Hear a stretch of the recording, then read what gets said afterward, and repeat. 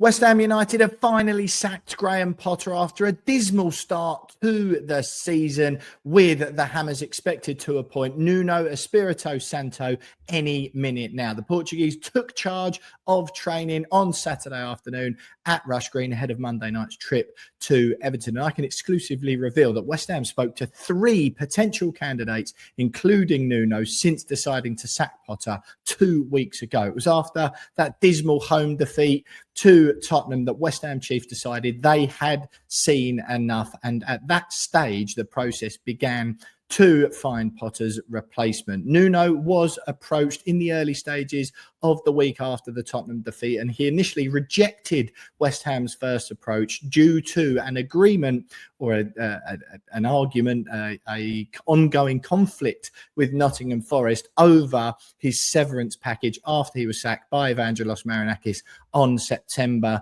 the 9th. He initially said no. West Ham later that week then interviewed Gary O'Neill, former West Ham midfielder and another former Wolves manager like Nuno, of course. O'Neill, who has interviewed for the West Ham job previously before Potter was appointed, is very keen on the position. His agent, Will Salthouse, obviously pushing hard for his client to get the nod. And after Nuno initially rejected West Ham's approach, O'Neill was very confident that he was going to get the nod. Slaven Bilic as well, those talks have also been widely reported. They did take place. However, I understand that was more of a ploy on West Ham's part to maybe encourage Nuno to reconsider his decision rather than a serious consideration. But then obviously he'd rejected the initial proposal. Then West Ham went and lost in an equally meek display, 2-1 at home to Crystal Palace last Saturday.